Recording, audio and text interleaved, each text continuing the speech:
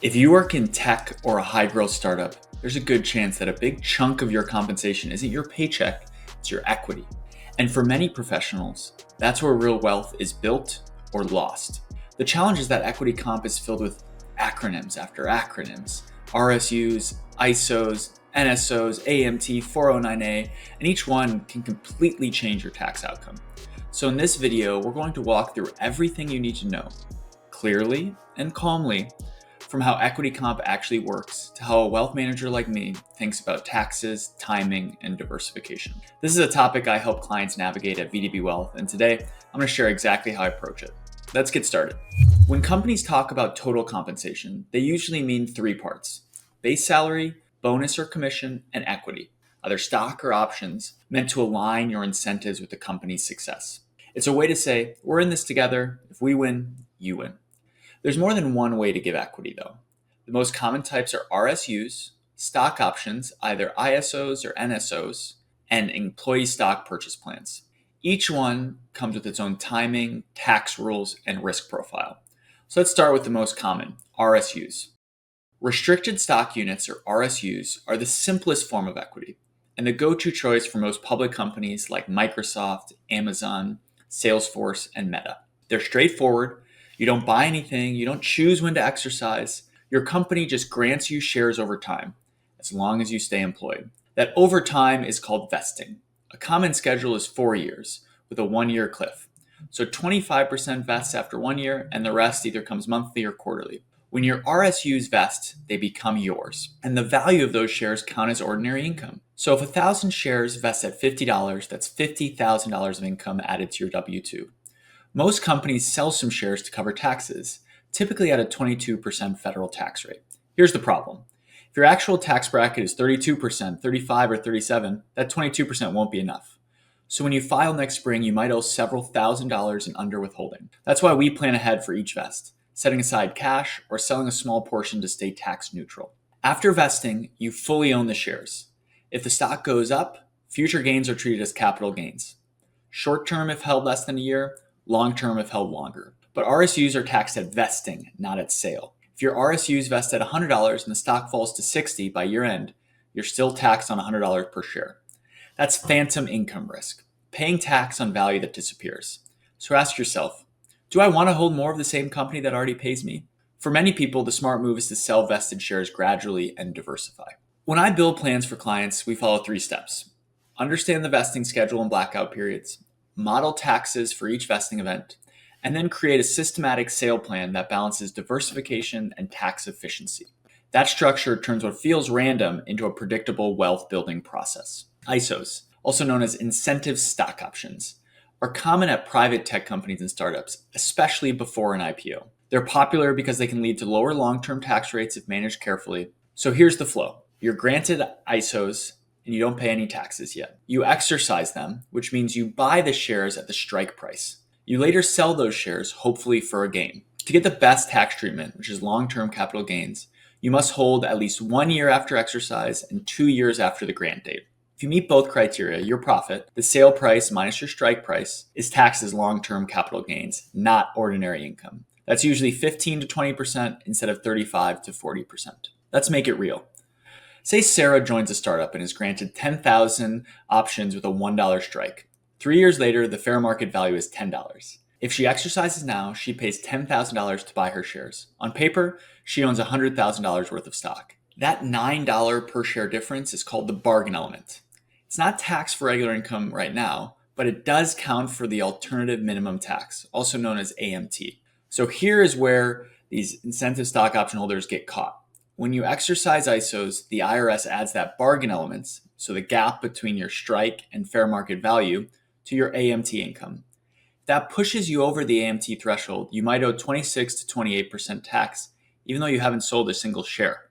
If Sarah exercises 10,000 ISOs at a $1 strike, when fair market value is 10, she has a $90,000 AMT adjustment. Depending on her other income, that could mean 20 to 25K of AMT owned, with no cash from selling. That's why so many employees get blindsided when they exercise late in the game, especially with illiquid options. So here's a smart move if you can do it. Early exercise.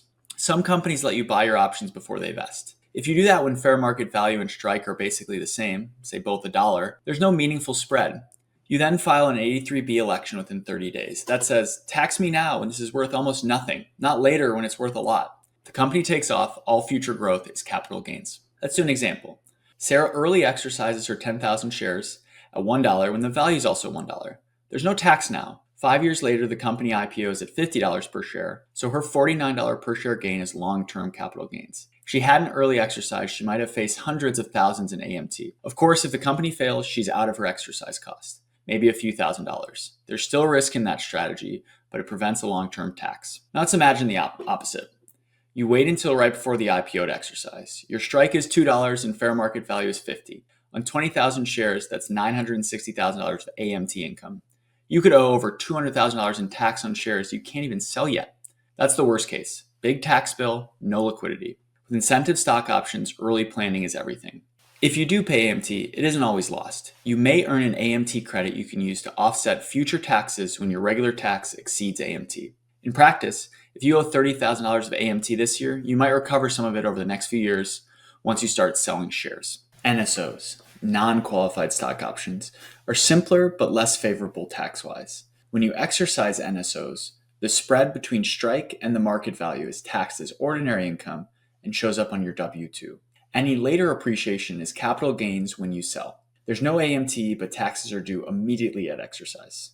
Example, 10,000 NSOs at a $10 strike, market value of $30, that's $200,000 of income today. If you sell at $40, the extra $10 per share is capital gain. Here's an example.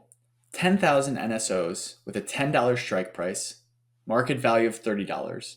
Right now, that's $200,000 of income. If you sell later at $40, the extra $10 per share is capital gain. Most public or later stage companies favor NSOs because they're easier to administer and predictable for accounting. For private companies, the 409A valuation sets the fair market value of the stock. It's updated at least annually or after any major events. It sets the minimum strike price for new grants and drives all of the tax calculations when you exercise. Knowing your 409A value is essential for early exercise decisions and AMT modeling.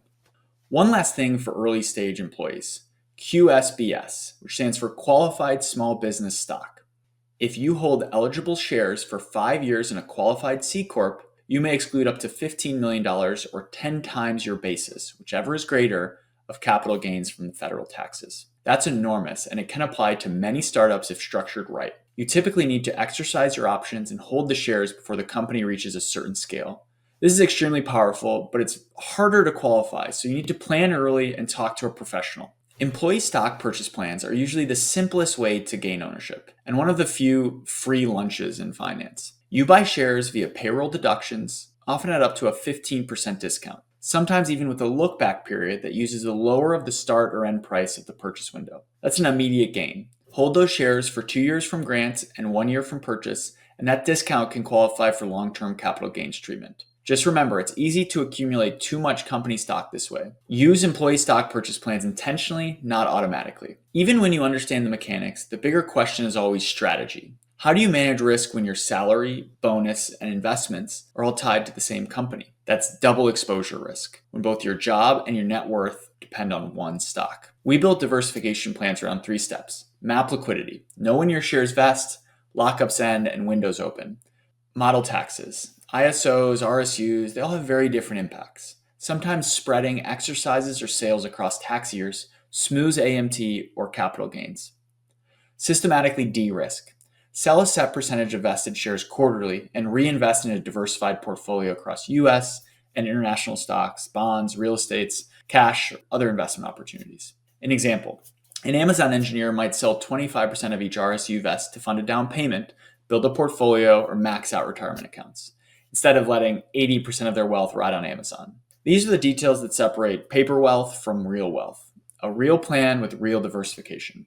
Equity compensation can be life-changing, but it's complex. There's no one-size-fits-all answer. The right strategy depends on your company stage, grant type, cash flow, tax bracket, and your long-term goals. But when you approach it intentionally, understanding how each decision fits together, you can turn all these confusing acronyms into an actual wealth-building plan. If you're navigating employee stock and want guidance on managing taxes, risk, and diversification, make sure you're working with someone who truly understands the space. At V2B Wealth, that's exactly what we do. Thoughtful, data-driven planning for tech professionals and executives who want clarity and control. If you found this helpful, consider subscribing. It helps others find this content and lets me keep producing videos like this. Thanks for watching, and remember, your equity should serve you, not the other way around.